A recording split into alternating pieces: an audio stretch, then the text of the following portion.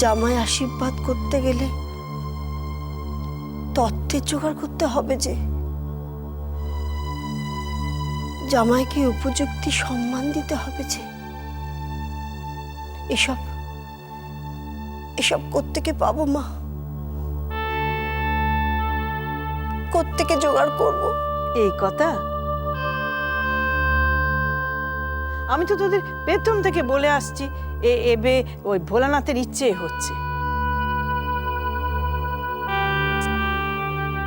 যা ব্যবস্থা উনিই করবেন, আমরা দুশ্চিন্তা করে কি করব বল দেখিনি।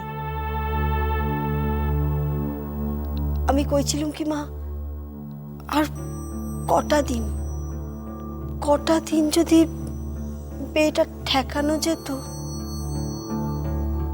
না বউ না, ও কথা মুখেও আনিস নে, বরং প্রার্থনা কর যেন ভালোই ভালো আশীর্বাদের দিন স্থির করে সায় ফিরে আসে।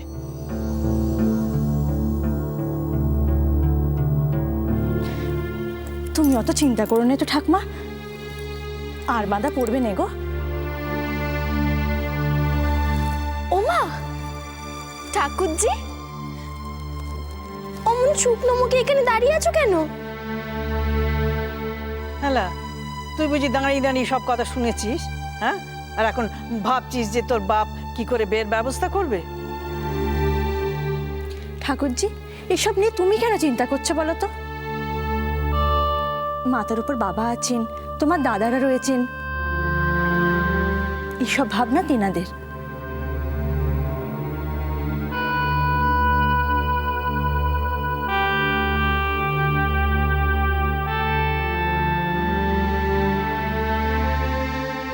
আমার জন্য আমার পরিবারের কত দুশ্চিন্তা, সব ঝড় ঝাপটা যেন আমার উপর দিয়ে যায় ভগবান। আমার নিজের জনদের তুমি রক্ষে করো ভোলানাথ, রক্ষে করো। আর যেন আমার জন্য তারা বিপদে না পড়ে। অনেক কষ্ট সয়েছেন তারা, অনেক কষ্ট।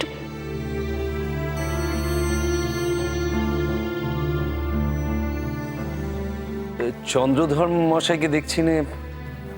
হ্যাঁ, সেটাই বুঝতে পারছি না। হ্যাঁ, যার সর্বাগ্রে এখানে উপস্থিত থাকার কথা, কারণ এই বিবাহে সর্বাধিক আগ্রহ তাঁর, তিনি অধীর আগ্রহে অপেক্ষা করছেন। আমিও তো তাই অপেক্ষা করে আছি। একটা শুভ দিন দেখে আশীর্বাদের কাজটা সেরে ফেলতে পারলে সকলের পক্ষেই ভালো, কিন্তু শুভক্ষণ তো পেরিয়ে যাচ্ছে। আপনারা সময় দেখা শুরু করুন নে, উনি বোধহয় কোনো জরুরি কাজে বেরিয়েছেন, এই এলেন বলে।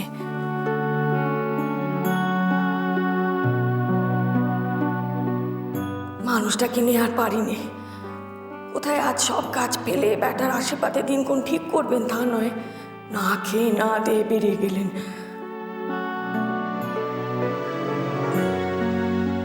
ঠাকুর মশাই, ঠাকুর মশাই, আগে কিছু বলছেন? বলছি উনি অনত ব্যস্ত আছেন, আর সবর করা যাচ্ছে না। আপনারা শুভ দিনক্ষণ দেখা শুরু করুন। হ্যাঁ হ্যাঁ, সেই ভালো।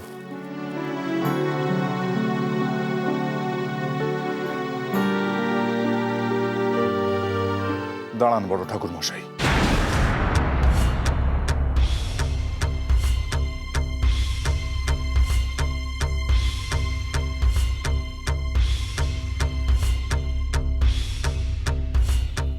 আপনি আর বাধা দেবেন না? বড় ঠাকুর মশাই, এখনই আশীর্বাদের দিনক্ষণ স্থির করার কোনো প্রয়োজন নেই।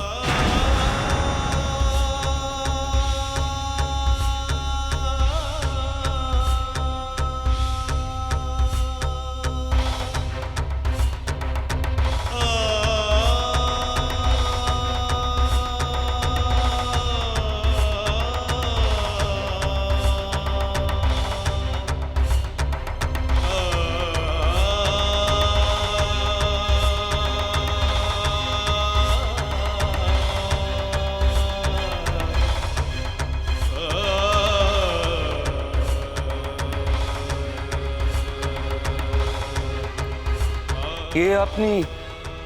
কি কইছেন বেয়াই মশাই? আশীর্বাদের দিন এখনই ঠিক করব নে।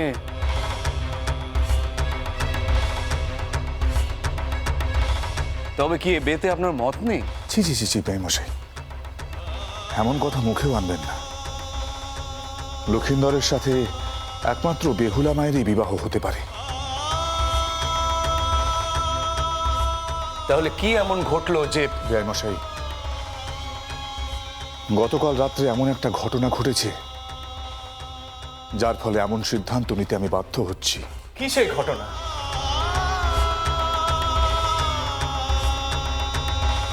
এমনিতেই এ বে বারবার পেঁচোচ্ছে, আর বে তো এখনই হচ্ছিল নে। আশীর্বাদের দিনটুকু ঠিক করা হচ্ছিল, এখন সেই আশীর্বাদও যদি না হয় আমি সমাজে মুখ দেখাতে পারবো? আমি আমি হাত জোর করে আপনার কাছে ক্ষমা প্রার্থনা করছি বেয়াই মশাই, কিন্তু লক্ষিন্দরের বিবাহের আয়োজনের আগে আমাকে আরো একটা গুরুদায়িত্ব পালন করতে হবে। তার জন্য হয়তো আমাকে দেশান্তরেও যেতে হতে পারে।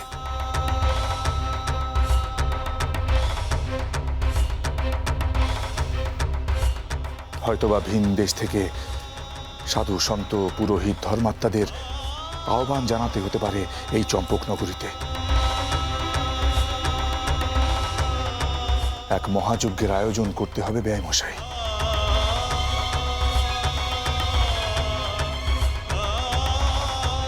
এমন যজ্ঞ যা কোনো কালে কেউ দেখেনি।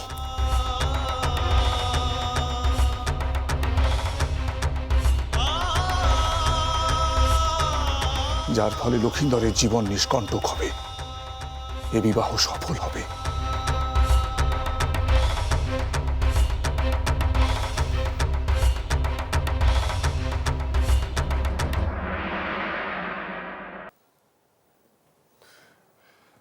মা, সূর্যি তো মাথার উপর উঠল, এখনো তো নিলেন না মা। তাই তো দেখছি, আমার মনটা ভীষণ ছটফট করছে রে বউ। আশীর্বাদের দিনক্ষণ ঠিক হলো কিনা কে জানে। জানি না মা, আমার বুকটা বড্ড কাঁপছে। বেহুলা অদৃষ্টে যে কি লেখা আছে।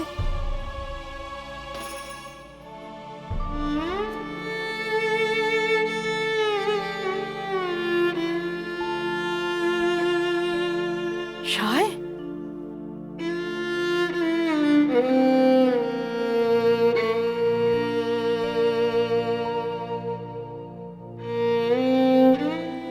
এত দেরি হলো কেন বাছা? অবৌ যা না, একটু জল গামছাটা নিয়ে আয়, একটু থির হয়ে বসুক আগে বাছা।